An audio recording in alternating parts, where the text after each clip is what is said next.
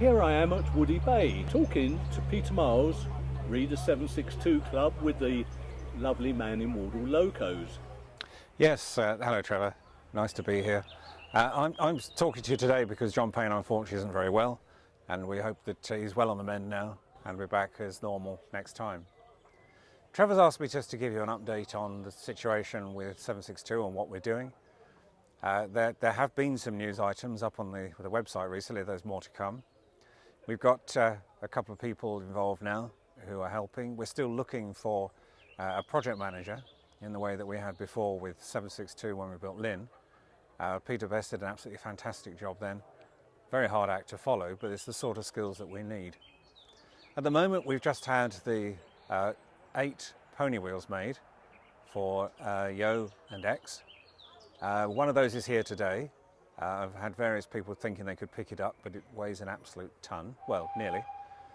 And what we're going to do after that is that they're going to Boston Lodge, where new axles were made, and there'll then be 4 wheel sets, which are much easier to store and move around and so on. Following that, we've got inquiries out for various things like frame stretchers, motion brackets, pony tuck brackets, fairly heavy chunky bits, and some parts of the valve gear as well.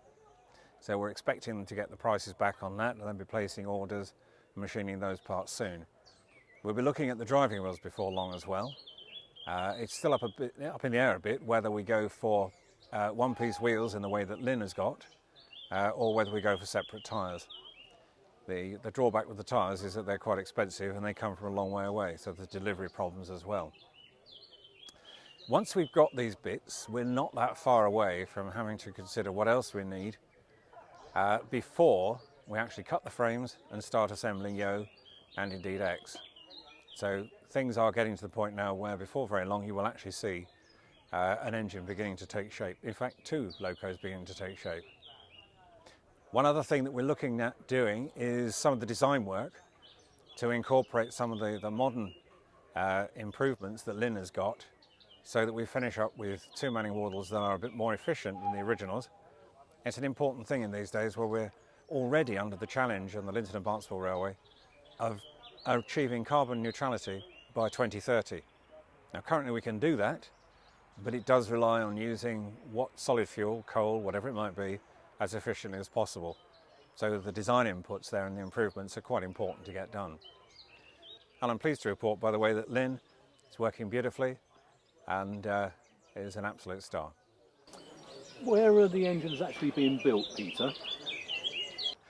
The components for the 2 locos are being built at different places, but mostly the machining of cylinders, for example, is being done at Boston Lodge, and so will a lot of the other bits. They have the knowledge and the details, having built Lyd and maintained Lyd now for over 10 years.